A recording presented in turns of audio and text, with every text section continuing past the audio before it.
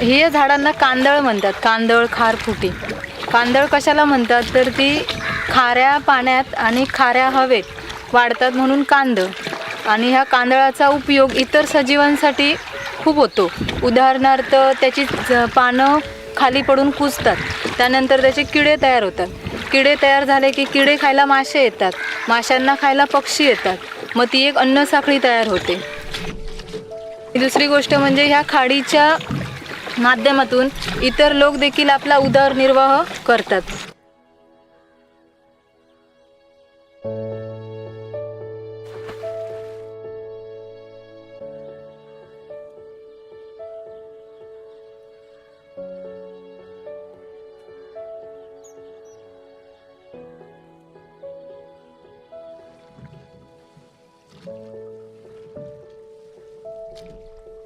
हा प्रोजेक्ट महाराष्ट्रातील पहिलाच प्रोजेक्ट आहे जो महिला चालवतात. आमची जो ग्रुप आहे तो पूर्ण फिशर वुमेन आहे.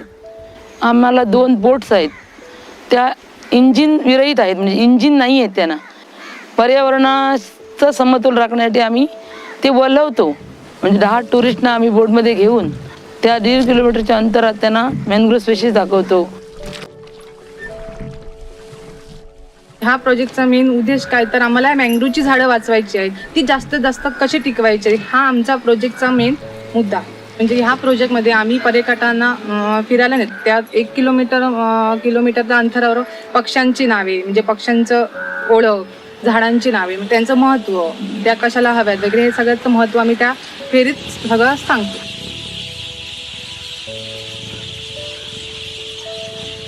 तर ॲव्हेसिनिया मरिनाचं जे पान आहे ते टोकेरी आहे आणि ॲव्हेसिनिया ऑफिसिनेटचं जे पान आहे ते गोलाकार आहे.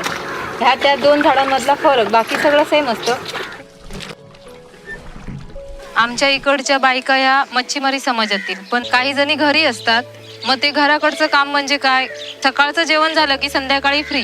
पण आता तसं नाही. आता ह्या प्रोजेक्टमध्ये ज्या बायका गुंतल्यात त्या इतक्या उत्साह आहे की त्यांच्यात की आम्ही काहीतरी करतो आणि ते केलं, ते यशस्वी झालंय. आता कोणी इमॅजिनच करू शकलं नसतं की बायका होड्या चालवतील, असं कुणालाच वाटलं नसतं. इव्हन काय आमच्या घरातल्यांना पण वाटलं नव्हतं की बाबा ही होड्या चालवतील.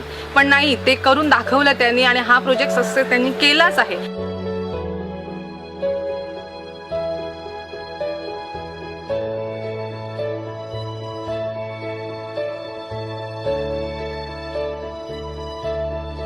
महिलांबरोबर जायचं म्हणजे आम्हाला जरा भीतीच होती की महिला नेता आहेत की नाही. पण फायनली आम्ही बसलो.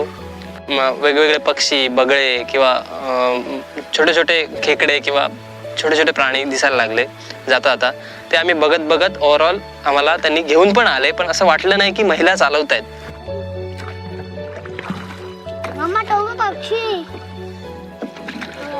ॲव्हेसिनिया मरिना, ॲव्हेसिनिया ओपेसिनालिस, रायझोफोरा मिक्रोनटा ही जी नावं आहेत ती पहिली शिकताना एवढी अवघड व्हायची की मेंदूला झटका बसायचा. 10 वेळा जरी वाचलं तरी लक्षात यायचं नाही. हे सगळं मी आत्ता शिकले. आणि आता जरी तुम्ही मला कधीही विचारलं की ही कुठची वनस्पती आहे, हिचं नाव काय, तर मी आता तुम्हाला सहजपणे आणि एकदम असं सहज सांगू शकते. They are getting income and they are getting an important role in family's decision making, and this is really a contributory factor to women empowerment. Bharat सरकार, UNDP, GEF आणि फॉरेस्ट डिपार्टमेंट यांच्याकडून तर एकदम फुल सपोर्ट आम्हाला की कुठचंही काम, कुठचंही ट्रेनिंग त्यांनी आम्हाला, आम्ही त्यांना सांगितलं आम्हाला हे हवं ट्रेनिंग आणि त्यांनी नाही दिलं असं झालं नाही.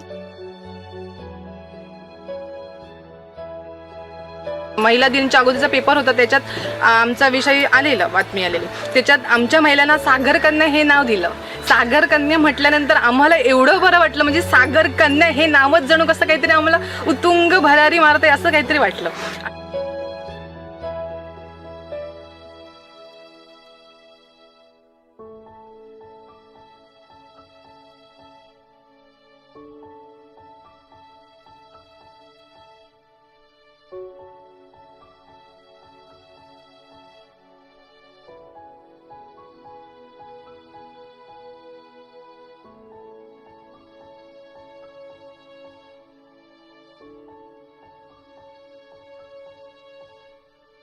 Thank you.